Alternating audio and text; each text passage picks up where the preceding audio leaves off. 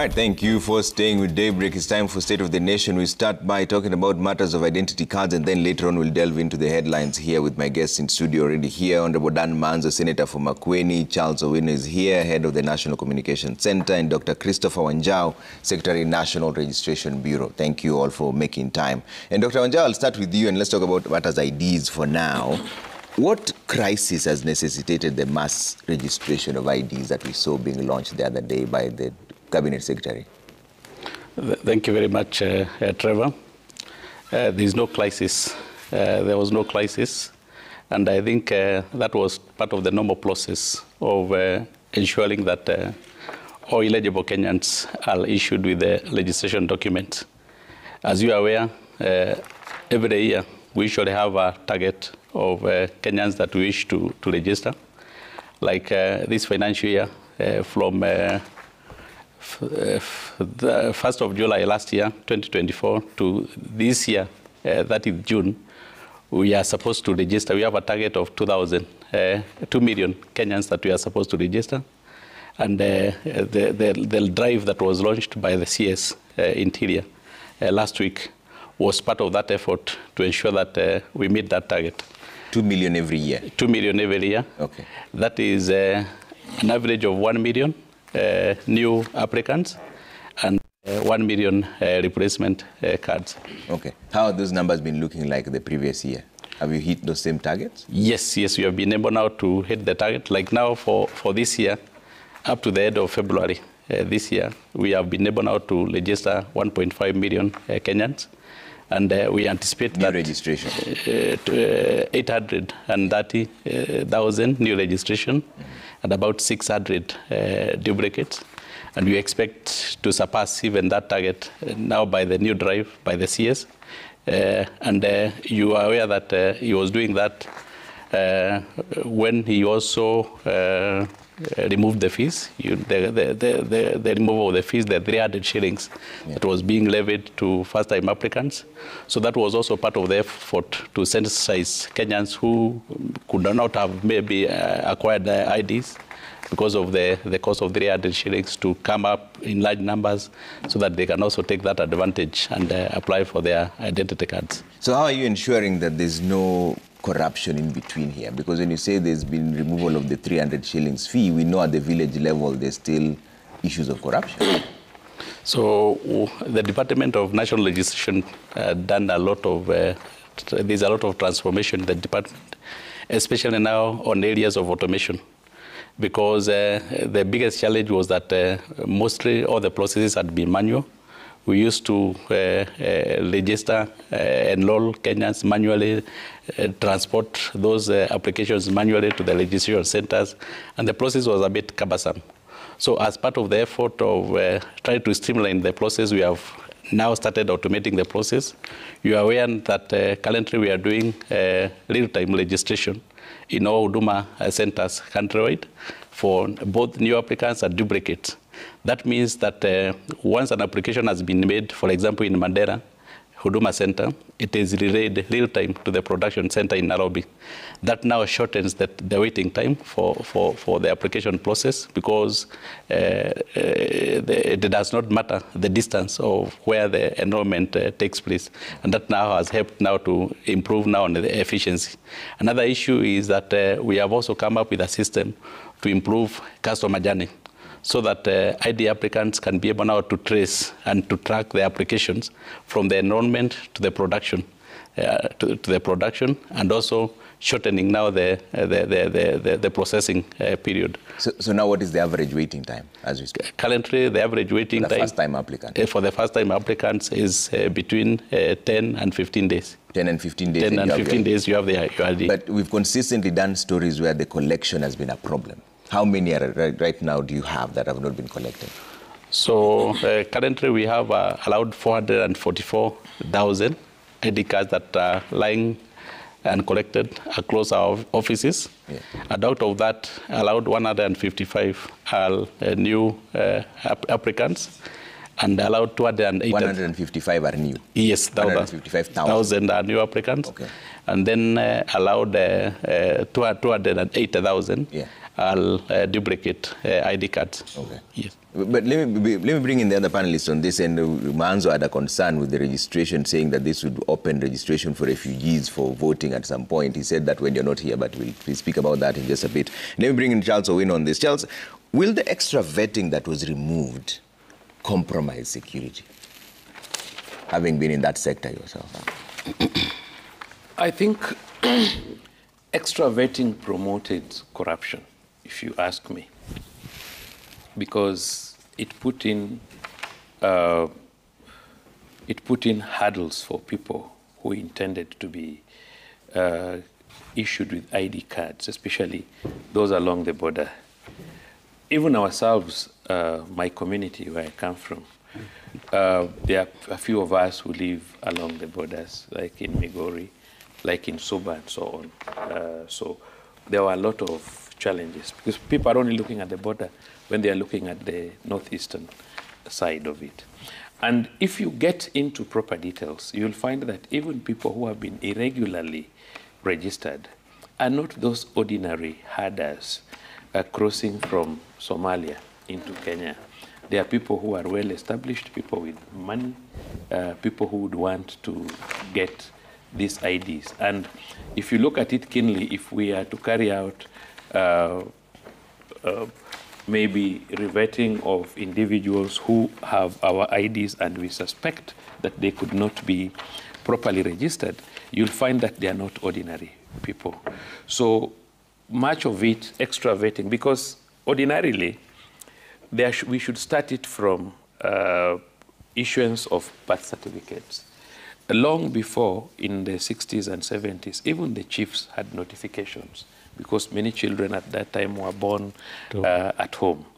And this ensured that there was proper tracking of individuals who are born, because the best thing is to ensure that it is mandatory for people to be registered at birth. You see, this will manage a lot of issues of people who are getting late registrations and therefore you cannot track. And with automation also, it will be very easy to vet individuals because you will just get into the system, you'll be able to track somebody's father, somebody's grandfather, and so on. So we are using the primary school certificates and also the identification of the parents. You need a guarantor. The guarantor should be your parent who is already registered. Yeah. The primary school certificate alone may not be enough because you are aware that we have been supporting a lot of students even from across the border who come to study. There are students coming from Ethiopia to study. There are students coming from other places to study. And at that level, we should be very specific to know that these are foreign students. So if you ask me, the extra vetting is not necessary. It was providing an avenue also for corruption. Yeah.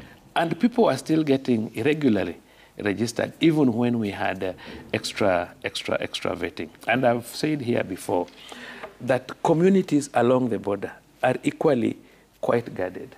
If you go to Mandera, we know who is majority in Mandera. If you come to Wajir, if you come to Garissa, like Garissa is purely Ogaden, majority are purely Ogaden. You go to Wajir, you find you find Degodiers, you find Gares, and then if you go to Mandera, you also find a number of Degodiers and Gares in those particular places. So they are also guarded because in those places also people are looking for votes. Okay. So people vote still on clan basis. Right. So you'll find that people are so guarded that allowing a third party to come in is not easy. Where we are having these fake registrations and false registrations are not in the borders. They are here in Nairobi, where we have people with money, people who would want to come in. So the extra vetting is not a factor that we can say. In this country, we like panicking and we like making things look difficult. But if we can just follow the law, be obedient to the law, follow the structures as provided, then we are able to do well. So the extra vetting, it is important that it was removed. And remember, people thought it is something the president just thought of the other day. If you follow the president's campaign trail, that was one of his promises. Okay. If you look at his campaign trail, not after, because I know Manzo will come here and tell us, oh, the president has panicked, oh, he wants to bring in more people. No, you can't bring in more people, and even those numbers at this particular time. But if you follow the president's campaign trail, and I wish your producers can be able to even get it and show it here, you'll find at the time he was campaigning, he said, I'll remove the extra vetting. And that is exactly what he did. Manzo, what was your concern with the extra vetting being removed? First and foremost, I wish to say that the registration of a person is a constitutional right. And in fact, it is a crime not to be registered after the age of 18. And the more you delay, the more you have complications registering as a Kenyan. If you delay up to 25 years or up to 30 years. And in fact, as you turn 18, if you are going to go to college, if you are going to work, you need an ID card. If you are ever going to have a bank account, or if your life is going to become better. So first of all, the right to registration and the right to an ID card as a Kenyan is a very cardinal right and cannot be denied by anyone. But at the same time, if you are along the border, and it is very well explained, and I've had an opportunity to share with the members of parliament who come from the northeastern part of Kenya, that in fact they themselves are very careful not to allow people to cross the border for the trouble they may cause to them. You know, right now, chiefs have been abducted. They are missing. You know, a chief is a security person. And even they were going to plan how the president is going to visit.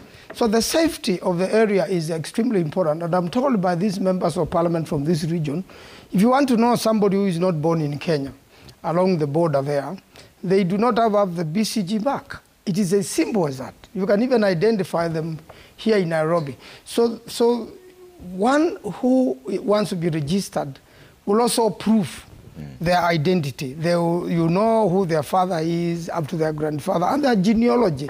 Even up to 500 years ago, a lot of people know their genealogies. And therefore, any stranger can be detected. And we want to assume that the president meant well. Yeah. When he said, let's remove the vetting, after all, the vetting has not been necessary, in that whoever wanted to get an identity card will get it, so that the government system had not gone on the ground. And there was a little bit of segregation, which is unconstitutional, to the people of Northeastern, such that that facilitation was not coming, was not there from the government. So what President Ruto did was to take the facilitation to the people, and quite a number have been registered and have been encouraging. All the young people, if you have turned 18, please register as a Kenyan. And when IBC now is set up, please register as a voter. Yeah, because there comes a time when politics are played. There will come a day now when some areas, depending on who they look to be supporting, IDs will not be issued, and if they are issued, they will not be released. And we have seen these games be done by the government, and it's a political tool used. So no one has anything against anyone who is being registered, whether there is vetting or no vetting. People are still making an effort so that they will be frustrated more. Yeah. And I believe it's not really about vetting. It was about the government frustrating people from northern Kenya in the pretense that they are protecting people from joining, becoming Kenyans. Those who wanted to become Kenyans, as my colleague has observed, paid their way and became Kenyans. And we want to identify them. They will not have the BCG mark, and will know these ones have been brought here illegally. There is a general fear, that's one part of Kenya. Yeah. But if you go to western part of Kenya, whether you like it or not, and I have the facts, the reality is there are people who cross the border from Uganda and register as Kenyans. And there are Kenyans who cross to the side of Uganda and register as Ugandans. So when it is time to vote, you know, our elections and Uganda's election, for example, and any other country we border with come at different times. So I know enough people or enough Kenyans in quotes who cross from Uganda and come and vote in Kenya. And similarly, when Uganda is voting, they cross from Kenya and vote in Uganda. Okay. This is the illegality I am talking about. It is election fraud, and the new IBC should make sure, and that's what should be filtered. And similarly to every border in Kenya, whether with Ethiopia, whether with Sudan, whatever border, we should check that. There was an effort also to register refugees, and you remember, there was a riot of the refugees. And they said they were be forced to become Kenyans, and some said, please take us to our country. We are ready to go. We are fed up with being mistreated in Kenya. And luckily, some people in Germany were sympathetic to these people, and I'm aware there was a chartered flight from here to Germany taking away these people who are being mistreated in Kenya or be forced to be registered here to become Kenyans so that they can come and vote. When you register somebody and you are mistreating them and you have made their life hard and you have made it very difficult for their children to go to university, even if you register them in millions, they will still vote against you. Okay. Well, luckily we have Dr. Wanjau here to answer some of those questions that you raise. Are you aware of any forced registration of refugees at any given point? No, I'm not aware of any forced registration of refugees. In fact, what usually happens is that all the refugees in the country are registered. So whenever a refugee enters the country, they are registered as refugees. The same case with the foreigners who are also in the country, they are registered. And the government usually maintains a database of biometrics of those refugees. And that has really helped in terms of ensuring that only Kenyan citizens are properly registered and issued with identity cards. So that is a process that has been done since 2017. And so before any application for an ID card is processed at the production center in Nairobi, we have to subject it to the three databases, the database for the refugees, to check whether that person has been registered as a refugee or whether that person has been registered as a foreigner, or again, whether that person had applied before for an ID. That's a process, it's an automated process and takes about 24 hours to be able now to know that.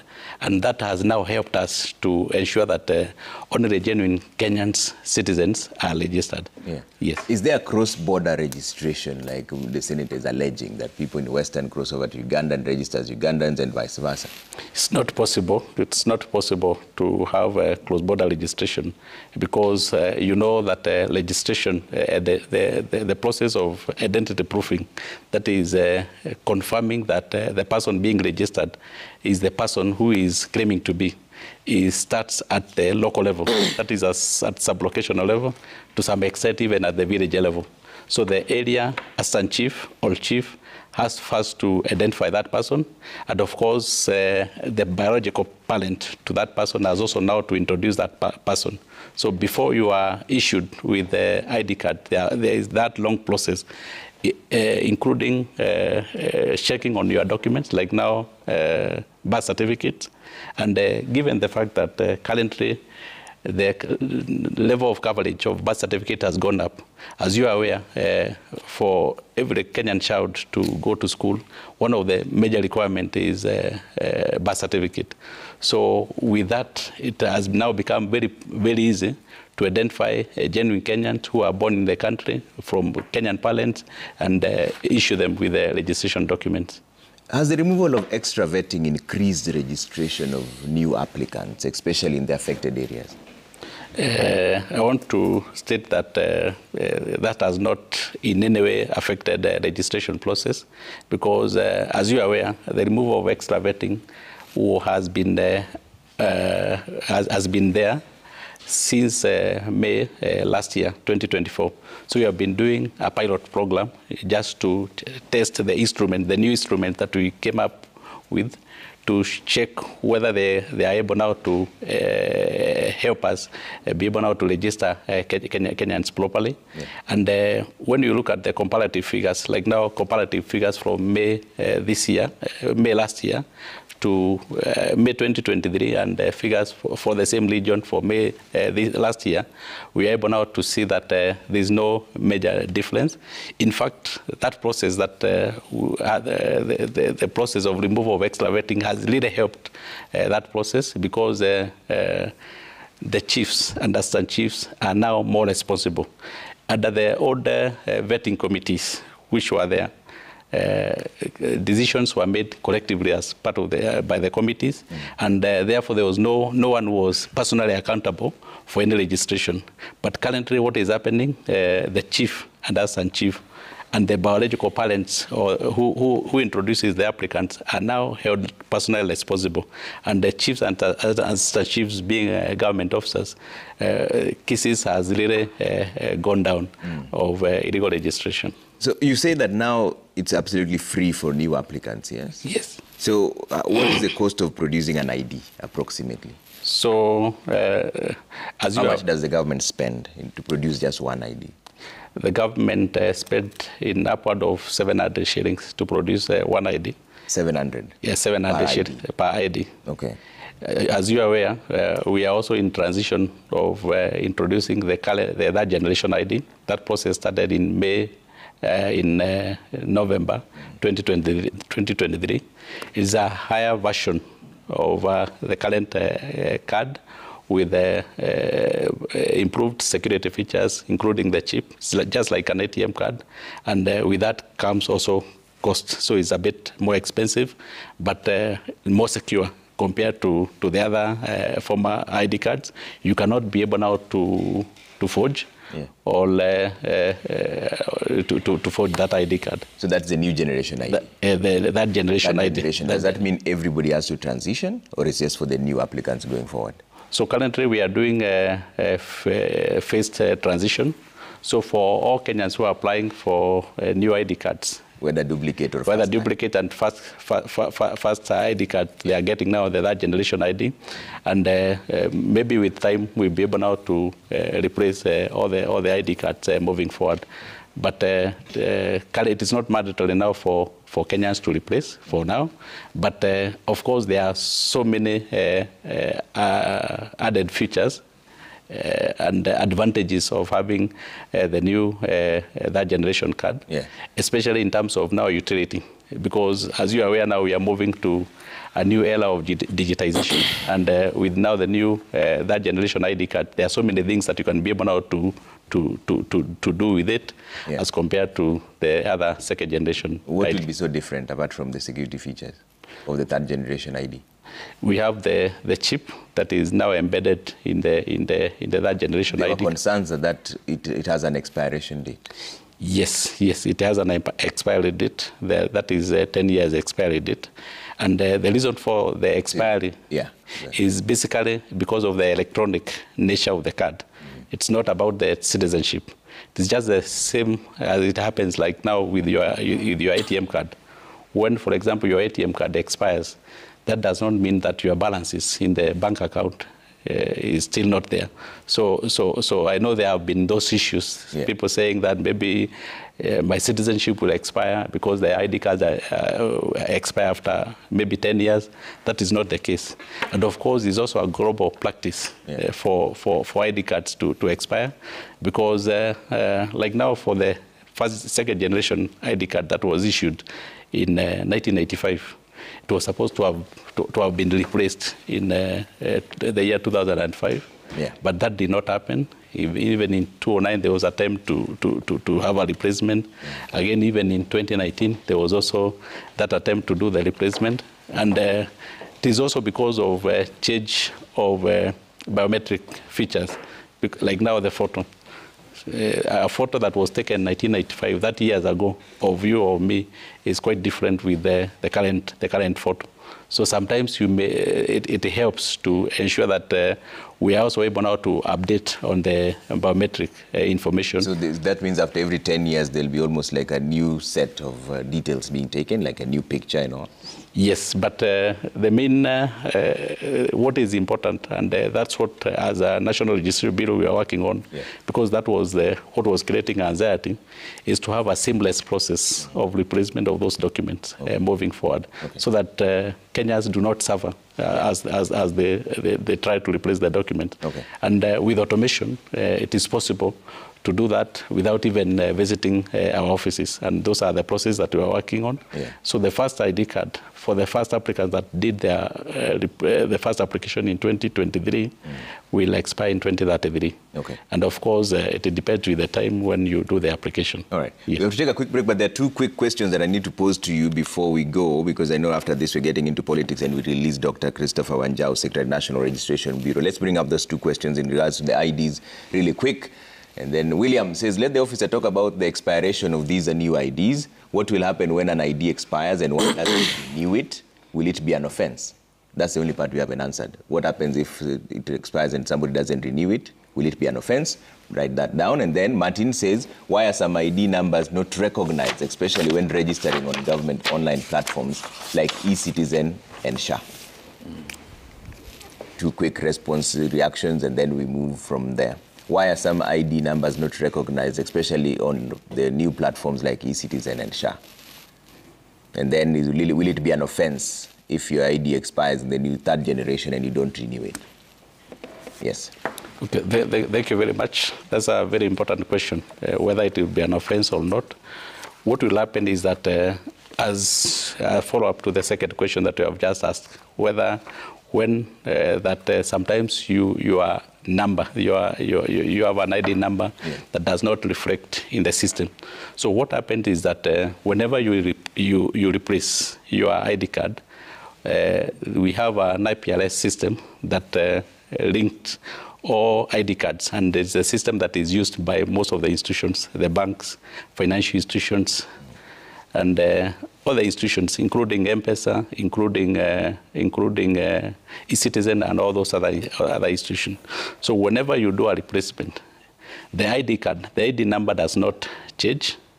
What usually changes is the serial number, because sometimes you may go to a bank, maybe you did an application for a replacement of your ID card, and then after some time you find the old ID card. When you go to that bank with that old ID card, you'll not be able now to access services, because in the system, in the IPLS system, they only be able now to recognize the current ID card. So that's a security measure that has been put in place, so that lost and found ID cards cannot be used for further transaction. As to whether it's an offense to maybe after the expiry of not to have renew the ID card, it's not an offense, because you are still a Kenyan citizen. Maybe the only challenge will be on the usage of that card, because especially with the financial institutions and other third parties, because of course it will be indicating on its face value that it already expired, and even in the system. Did it operate almost like a passport? Yeah, like a passport. Yes, you cannot use it. All right. Thank you. Thank you for making time. We have to take a quick break. When you come back now, we're talking about as politics. We released Dr. Christopher Wanjau, Secretary, National Registration Bureau. Thank you for that clarification. And then we'll bring in Joshua Nyamori, an advocate of the High Court and a governance expert. Then we now talk about all matters politics and everything in between. So we'll see you in just a bit. Keep your views coming at Trevor Mbija at Citizen TV Kenya. Use the hashtag Daybreak. See you in a short while.